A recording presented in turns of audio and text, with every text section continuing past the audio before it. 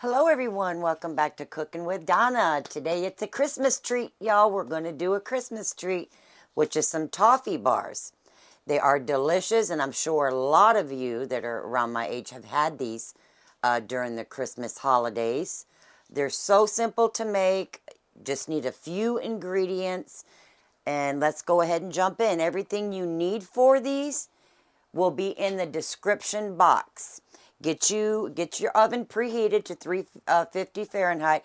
Get you a 9 by 13 baking sheet or baking pan, and get that sprayed or lightly oiled. And now in my bowl here, I have some softened. You want to make sure not melted, but just room temperature softened butter.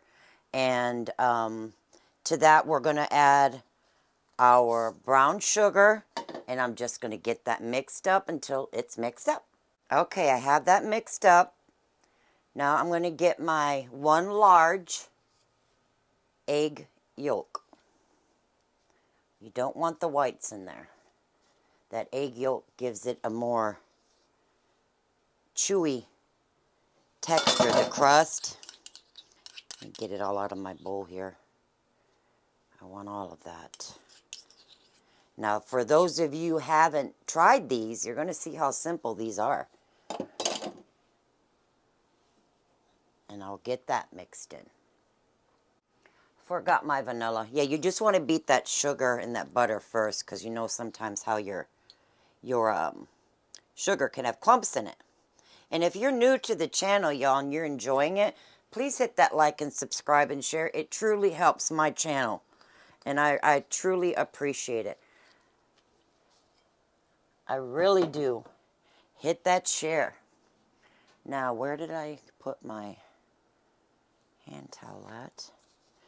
And if you want, get your glove on. Have a glove, because we're going to pat that in there. But I'm going to get that mixed up. Okay, I have that mixed up. Now, you can beat this in slow with your hand mixer. You can use your hands to mix it, or you can use a spoon and just get your flour. That's it. It's like almost like a shortbread, but these will come out tasting like toffee because of all the brown sugar and the butter. Do use, if you can spare a little bit more, go with the better quality of butter, like Kerrygold or some of those good butters, because as we all know, the butters we buy nowadays, they're adding more, there's more water in them. But the better quality of butter you use, the better tasting this bar is going to be. So I'm going to get this mixed in. Now I took that mixer there, just got it till it's crumbly. Now I'm just going to use my hand and just squeeze this all together. Just get it all mixed in. Okay? Now, another thing I wanted to point out, it's very, very important that you measure your flour properly. You don't want a crumbly, dry dough. So when you're measuring, for those who are, don't know the proper way of measuring, don't go in packing your cup, just packing.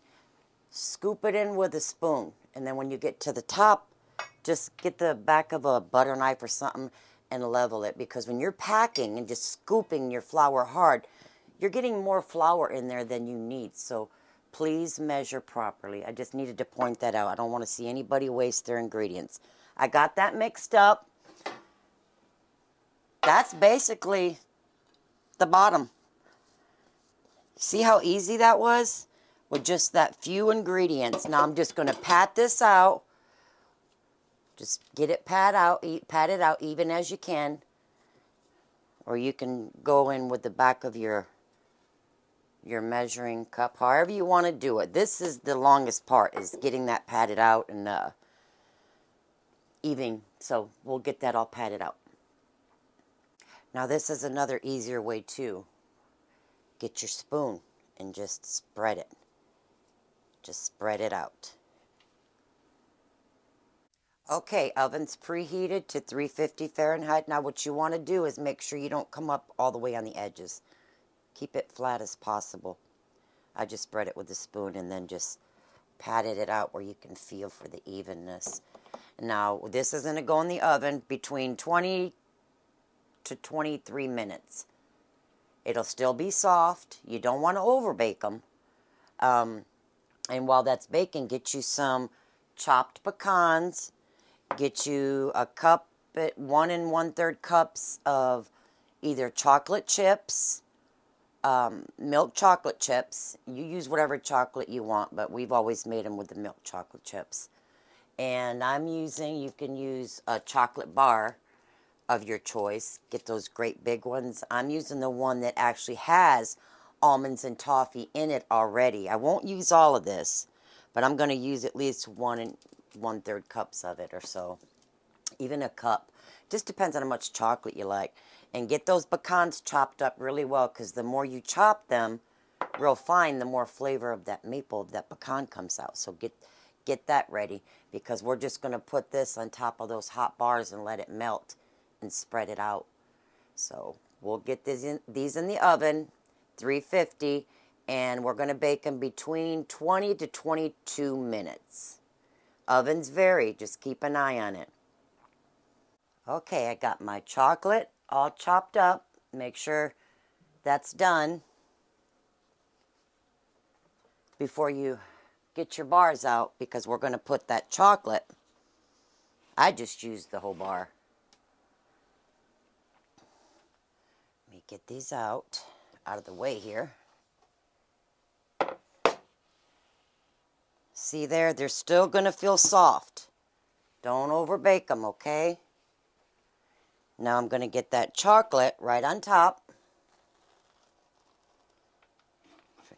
You got to do this as soon as it comes out so this chocolate will melt for us. You can even do a cup of chocolate with this, whatever you want. And if you got a larger, chop up that chocolate fairly small, that way it'll melt faster for you. And if you have a larger sheet you could put over it, it'll help it melt quicker. So I'm just going to put my big baking sheet over that and give that a couple of minutes, and we'll get that spread out. Okay, that's been there about 3 minutes. And I'll get that out of the way there. And I'm just going to get this spread out. See, that bar I had there had some little toffee bits in it and almonds, so that's going to be even better. So I'm going to get this spread out. Okay, I got the chocolate all spread out. See all those chopped almonds and toffee in there? Now get those really well chopped up pecans. You could do more almonds if you wanted. You could do walnuts, but the pecans have more of that like maple flavor. Just enhances the bar. Now this is going to set up, you know, fairly quickly if you put it in the refrigerator. But if you take it back out, that chocolate is still moist in the middle. These bars just get better and better as they sit after a few hours. Now you could put much as you want on here. I probably did about 1/3 of a cup here. And that's it. I'm going to let these cool, put them in the fridge, and we'll get some bars cut up. But, like I said, if you can, you know, long as the chocolate is firm, you can cut them. But don't cut them while the chocolate is still hot if you want a pretty presentation on your bar. So we'll let these get cooled down. Okay, friends, there are the toffee bars. I chilled mine about an hour in the fridge. And they're very easy to cut. Well, they're nice and firm. They're kind of hard to cut. But once you get them cut, they'll just slip right up off that pan. If you're not comfortable with just putting them in the pan, you can definitely use parchment paper or foil. But these just slip right up out of the pan. Let me see if you can see these. See there? They are delicious little bars. I made some up maybe a week ago and gave them to my son. So I will freeze these. People love them. They're delicious. I think I said I baked mine 21 minutes. Or was it 22? Whatever I said in the video. But they freeze well. Or you can leave them on the counter for 4 or 5 days. But they're always best if you have them in the fridge before you eat them. Let them come to room temperature. But there they are. As I said, Welcome to my channel. If you're new, please hit that like and subscribe button.